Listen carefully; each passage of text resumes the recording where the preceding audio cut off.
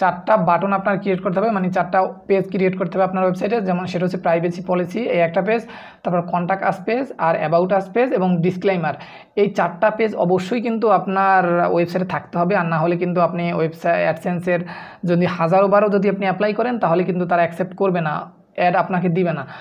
আসসালামু আলাইকুম বন্ধুরা, welcome to my YouTube channel. আশা করি সবাই ভালোই আছেন। তো আজকের ভিডিওতে আপনাদেরকে যারা অ্যাডসেন্স অ্যাপ্লাই করেছেন কিন্তু অ্যাডসেন্স রিজেক্ট করে দিয়েছে আপনার ওয়েবসাইট থেকে, অর্থাৎ আপনার যদি একটা ওয়েবসাইট থাকে সেখানে যদি আপনি টাকা ইনকাম করতে চান সেই ওয়েবসাইট দিয়ে, তো অবশ্যই আপনার অ্যাডসেন্সের অ্যাড কানেক্ট করতে হবে।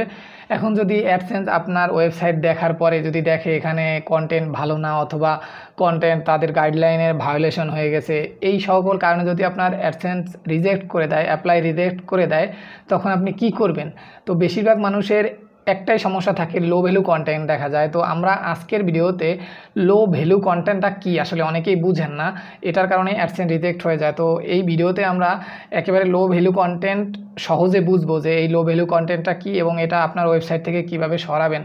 এখন সহজে বলি, আমি প্রথমে একবার অ্যাপ্লাই করেছিলাম, সেখান থেকে আমি এই সেম লো ভ্যালু কন্টেন্টটি পেয়েছি, এবং সেখান থেকে কিভাবে আমি এই লো ভ্যালু কন্টেন্টকে হাই কোয়ালিটি কন্টেন্টে পরিণত করছি সেটাও আপনাদেরকে দেখাবো। তো সহজে বুঝুন লো ভ্যালু কন্টেন্টটা কি, এটা আগে বুঝতে হবে আপনার, এবং কীভাবে এটা সলভ করবেন সেটা সম্পর্কেও জানতে হবে। তো আপনি যদি সলভ করতে চান তাহলে তো আপনার প্রপারলি গাইডলাইনটা বুঝতে হবে যে লো ভ্যালু কন্টেন্টটা কী। আমার প্রথমে আসছিল, আমি আসলে প্রথমত এমনিতেই অ্যাপ্লাই করে দিয়েছিলাম, দেখি অ্যাডসেন্স অ্যাপ্লাই মানে অ্যাডসেন্স অ্যাড দেয় কিনা। তো এটা প্রথমে অ্যাকসেপ্ট করে নেয়, পরবর্তীতে আমাকে লো ভ্যালু কন্টেন্ট পাচ্ছে, তারপর আমি কন্টেন্টগুলোকে ঠিকভাবে করেছি। ঠিকভাবে কীভাবে করেছি আপনি যদি এই ভিডিওটা সম্পূর্ণ দেখেন তাহলে বুঝে যাবেন যে আসলে লো ভ্যালু কন্টেন্টটা কীভাবে সলভ করতে হয় অ্যাডসেন্সের। তো চলুন আমরা প্রথমে ওয়েবসাইটে দেখি যে আসলে লো ভ্যালু কন্টেন্টটা আসলে কীভাবে আপনার ইমেলে মেসেজ আসবে এবং কীভাবে আপনি সলভ করবেন।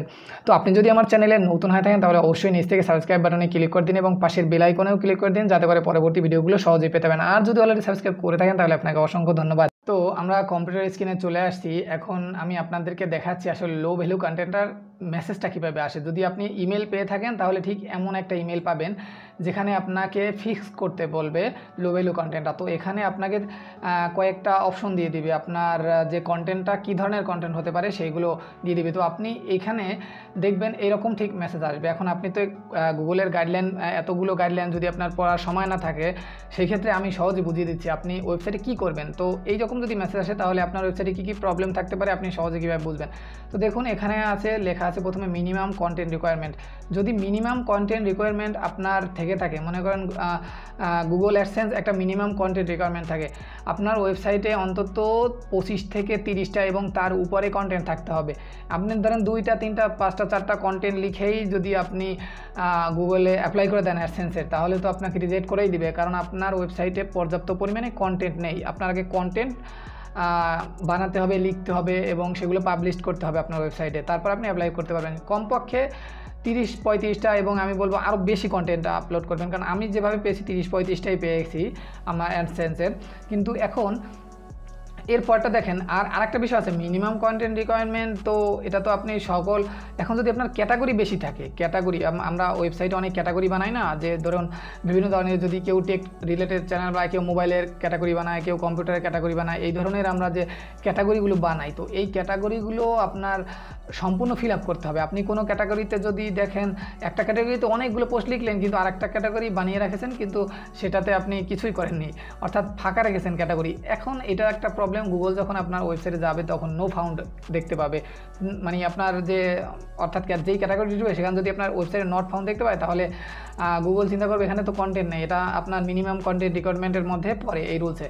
তো আপনি যে কয়টা ক্যাটাগরি বানাবেন, মনে করেন কমপক্ষে 5-6টা ক্যাটাগরি বানাবেন। তো 5-6টা ক্যাটাগরি বানানোর ফলে আপনার 5-6টা ক্যাটাগরিতে কমসে কম 5টা 6টা 7টা করে আপনি কন্টেন্ট রাখবেন, তারপর ওয়েবসাইটের জন্য অ্যাপ্লাই করবেন আর কি, অ্যাডসেন্সের জন্য অ্যাপ্লাই করবেন আপনি।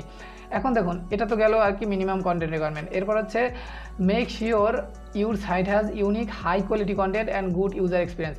মানে আপনার অবশ্যই খেয়াল রাখতে হবে হাই কোয়ালিটি কন্টেন্ট। আমি একটু আগে বলছি হাই কোয়ালিটি কন্টেন্ট কি, হাই কোয়ালিটি কন্টেন্ট বলতে এখানে বোঝায় যে না আপনার ইউজার, আপনি যে কন্টেন্টগুলো লিখতেছেন এই কন্টেন্টগুলো যাতে আপনার ইউজারকে খুব আকর্ষণ করে, মানে হচ্ছে আপনি যেই কন্টেন্টগুলো লিখতেছেন এগুলো যেন আপনার ভিউয়ার্সরা বেশি সময় ধরে থাকে। এখন আছে না অনেকে কন্টেন্ট লেখে টাকা ইনকামের জন্য, অথবা কেউ লিঙ্ক দিয়ে দেয় আপনার ওয়েবসাইটে, যে আবার সাথে সাথে বের হয়ে আসলো। তো এইটা গুগলের কাছে সব ইনফরমেশন তাদের কাছে চলে যায়, কে আপনার ওয়েবসাইটে আসছে এবং কত মিনিট আপনার ওয়েবসাইটে তারা থেকেছে এবং কতক্ষণ বের হয়ে গেছে, এইগুলো আপনার তারা গুগল দেখতে পায়। খেয়াল রাখবেন যাতে আপনার ইউজাররা আপনার ওয়েবসাইট থেকে একটু বেশি সময় ধরে আপনার ওয়েবসাইটে ভিজিট করে এবং বেশি সময় ধরে আপনার ওয়েবসাইটে থাকে, তাহলে আপনার গুগলের কাছে আপনার ওয়েবসাইটটা অনেকটা হাই কোয়ালিটি কন্টেন্টই মনে হবে। তো এরপরে আর গুড ইউজার এক্সপিরিয়েন্স মানে হচ্ছে, আমি একটু আগে বললাম না, আপনার ইউজাররা যাতে আপনার ওয়েবসাইটে বেশি সময় থাকে, তাহলে গুগল মনে করবে আপনার ইউজার এক্সপিরিয়েন্সটা অনেক বেশি এবং ভালো, যাতে তাড়াতাড়ি যারা বের হয়ে না যায় এমন কন্টেন্ট লেখার চেষ্টা করবেন, একটু বড় লং এবং ইউজারকে আকৃষ্ট করার চেষ্টা করবেন যারা আপনার ওয়েবসাইটে আসবে। আপনি যে ধরনের কন্টেন্টই লেখেন, ইংলিশ বাংলা, যারা ঢুকবে তারা যেন আপনার ওয়েবসাইটে কন্টেন্টগুলো পড়ে, এই ধরনের লেখার চেষ্টা করবেন। এরপর নিচে আছে webmaster quality guideline thin content. আচ্ছা, webmaster quality guideline thin content কি? থিন কন্টেন্ট মানে ছোটো কন্টেন্ট, মানে আপনার গুগল একটা কন্টেন্ট লিমিট আছে যে আপনি এত ওয়ার্ড লিখবেন। মনে করুন আপনি একটা পোস্ট লিখছেন যেখানে আপনি 10-12 লাইন লিখে তারপরে 2-1টা পিকচার মেরে আপনার কন্টেন্টটা ছোটো আকারে পাবলিশ করে দিলেন, কিন্তু এতে আপনার ভিজিটর আসছে প্রচুর। হ্যাঁ, আপনার এমনকি আপনার গুগল যে গুগল সার্চ ইঞ্জিনের উপরের র্যাঙ্কে উঠে গেছে, তবুও আপনার এই অ্যাডসেন্স তারা অ্যাপ্লাই করলে আপনাকে রিজেক্ট করে দিবে, কারণ আপনার ওয়েবসাইটের যে পোস্টটা এটা একেবারে 4 লাইন 5 লাইন, আপনি ইউজারদের কিছু বোঝার নাই, শুধুমাত্র আপনি এই যে গুগলের যে ফাংশনালিটি এইটার আপনি মিস ইউজ করছেন। এখন এই থিন কন্টেন্টটা আপনি কীভাবে সলভ করবেন? আপনি অবশ্যই খেয়াল রাখবেন যে আপনার যে কন্টেন্ট এটা কিন্তু আপনার কমসে কম 500 থেকে 600 ওয়ার্ড হতে হবে। আমি সবসময় সাজেস্ট করবো আপনি 1000 ওয়ার্ডের উপরে লেখেন, 700-800 ওয়ার্ডের উপরে লিখলেই আপনার কন্টেন্টটা থিন কন্টেন্ট থেকে সরে যাবে। মানে লম্বা একটু কন্টেন্ট লেখার চেষ্টা করবেন, যেমন 2-3 লাইন লিখে বা 10 লাইন 12 লাইন লিখে, যেমন 100 ওয়ার্ড 200 ওয়ার্ড লিখে আপনি ছেড়ে দিবেন না, একটু বেশি ওয়ার্ড লিখবেন। তো এইটা হচ্ছে আপনার থিন কন্টেন্টটা, আর থিন কন্টেন্ট আসবে না। এখন দেখুন ওয়েবমাস্টার কোয়ালিটি গাইডলাইন, নিচেরটা হচ্ছে ওয়েবমাস্টার কোয়ালিটি গাইডলাইন। এইটাকে আমরা বলি হচ্ছে ওয়েবমাস্টার কোয়ালিটি। ওয়েবমাস্টার বলতে আপনার বোঝায় আপনি যেই টপিকে যে কোনো ধরনের পোস্ট লিখছেন, মনে করুন আপনি মোবাইল রিলেটেড কোনো পোস্ট লিখছেন, একটা মোবাইলের আপনি ইউজার এক্সপিরিয়েন্স মানুষকে বলতেছেন এবং মোবাইলের ফাংশনালিটি সম্পর্কে বলতেছেন, এটা আপনি পোস্টে লিখছেন। এখন এখানে আপনি যেই কিওয়ার্ডগুলো ব্যবহার করছেন, আপনার তো আগে প্রথমে পোস্ট লেখার আগে কিওয়ার্ড রিসার্চ করতে হবে, আপনি কোন কিওয়ার্ডের উপর লিখবেন।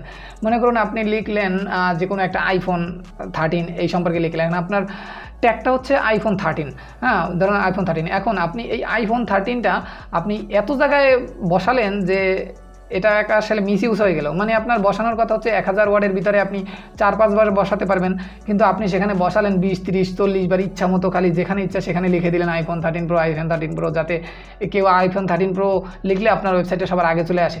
তো এইটাকে বলে আপনি যে ট্যাগের মিস ইউজ করলেন, গুগল যে আপনার ওয়েবমাস্টার কোয়ালিটি এটার মিস ইউজ করলেন, তো এইটার কারণে আপনার অ্যাডসেন্স রিজেক্ট হয়ে যাওয়ার সম্ভাবনা সবচেয়ে বেশি।